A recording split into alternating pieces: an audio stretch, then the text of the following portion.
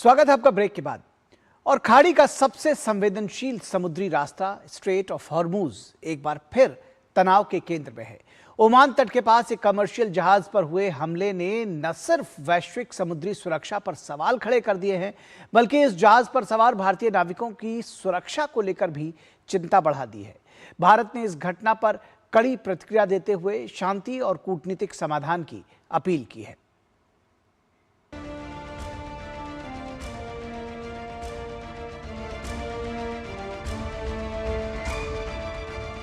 Straight of Hormuz से सटे Oman तट के पास कमर्शियल जहाज जीएफएस गैलेक्सी पर हुए हमले के बाद पश्चिम एशिया में तनाव एक बार फिर चरम पर पहुंच गया है।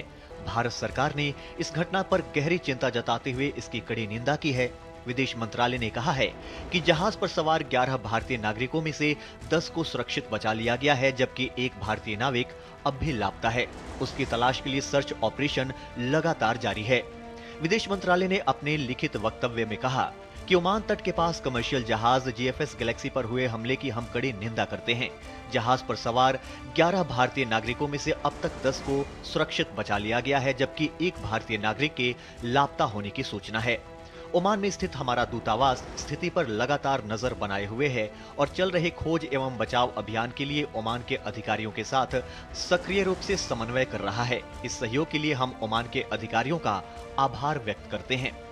विदेश मंत्रालय ने इस क्षेत्र में कमर्शियल जहाजों पर लगातार हो रहे हमलों पर चिंता जताई। विदेश मंत्रालय ने आगे कहा कि क्षेत्र में कमर्शियल जहाजों पर लगातार हो रहे हमले अत्यंत चिंताजनक हैं। हम एक बार फिर सभी पक्षों से तत्काल तनाव कम करने तथा कूटनीतिक समाधान के लिए जारी वार्ताओं को शीघ्र सफलतापूर्वक संपन्न करने का आह्वान करते हैं, ताकि क्षेत्र में शांति और स्थिरता बहाल हो सके। क्षेत्र में कमर्शियल जहाजों और नागरिक बुनियादी ढांचे को निशाना बनाया जाना तत्काल बंद होना चाहिए। साथ ही अंतर्राष्ट्रीय कानूनों के अनुरूप क्षेत्र के अंतर्राष्ट्रीय समुद्री मार्गों पर जहाजों की निर्बाध और सुरक्षित आवाजाही तथा व्यापार को यथाशीघ्र बहाल किया जाना चाहिए। इस हमले के बाद हालात तेजी से बदले हैं। अमेरिका ने हमले के लिए ईरान को जिम्मेदार ठहराते हुए जवाबी सैन्य कार्रवाई की है। अमेरिकी हमलों में ईरान के कई सैन्य ठिकानों को निशाना बनाए जाने की खबर है। क्षेत्र में बढ़ती सैन्य गतिविधियों ने पूरी दुनिया की चिंता बढ़ा दी है, क्योंकि स्ट्रेट ऑफ हॉर्मुज वैश्विक तेल आपूर्ति और अंतर्राष्ट्रीय व्यापार की सबसे अहम समुद्री लाइफलाइन में से एक माना जाता है।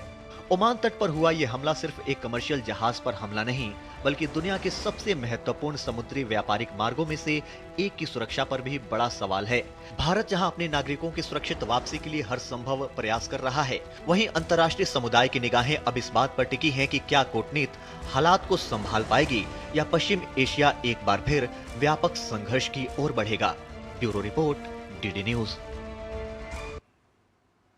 और बात मौसम की। देश भर में मॉनसून अब पूरी तरह सक्रिय हो चुका है।